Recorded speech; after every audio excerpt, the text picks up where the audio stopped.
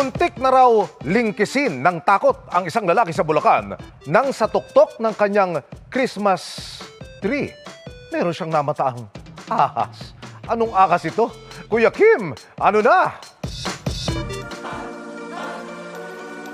6 na araw bago magpasko, the trees are up at hindi kumpleto ang ating mga Christmas tree kung wala ang mga palamuti sa tuktok nito. Mga tree topper.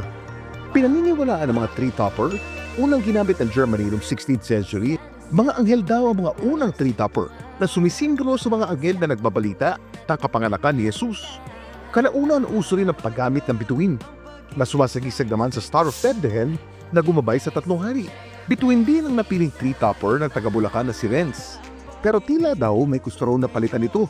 Napansin namin na yung Christmas star sa Christmas tree is nakahapay. Nung aayusin na namin, doon na namin napansin na may something doon sa ibabaw ng star, which is a snake pala. Yung Christmas tree is kakulay niya. Maganda yung pattern ng balat niya and shiny siya. Nang pinost na rin sa litrato ng ahas sa isang Facebook group tungkol sa Philippine snake, doon niya nakumpirma na ang ahas sa kanyang Christmas tree, isa palang paradise flying tree snake o isang Chrysopelea paradisi. Tinawag na flying snake, hindi talaga sila lumilipad. Bagkus sila ay nagka-glide by flattening their bodies para tumalon sa isang puno papunta sa kabila. Hindi sila considered as highly venomous. Sila ay mildly venomous para lang sa mga maliliit na hayop. Ano naman kaya ginawa ni Ren sa ahas sa kanyang Christmas tree? Isa sa natutunan ko doon sa group is treat every snake na venomous until ma-ID mo siya. So hindi ko siya hinandle, gumamit ako ng mahabang stick. Yung house namin sa Bulacan is malapit sa rice field. And yung katapat namin, vacant lot siya na maraming vegetation and trees. So malamang doon talaga siya nakatira. Di lang namin alam kung paano siya nakatawid. So binalik ko lang din siya doon.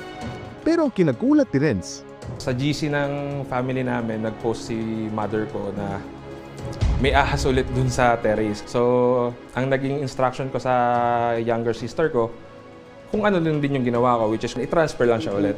Ang take away ko dun is, lagi din natin isipin na ang mga snakes, hindi din lahat yan venomous.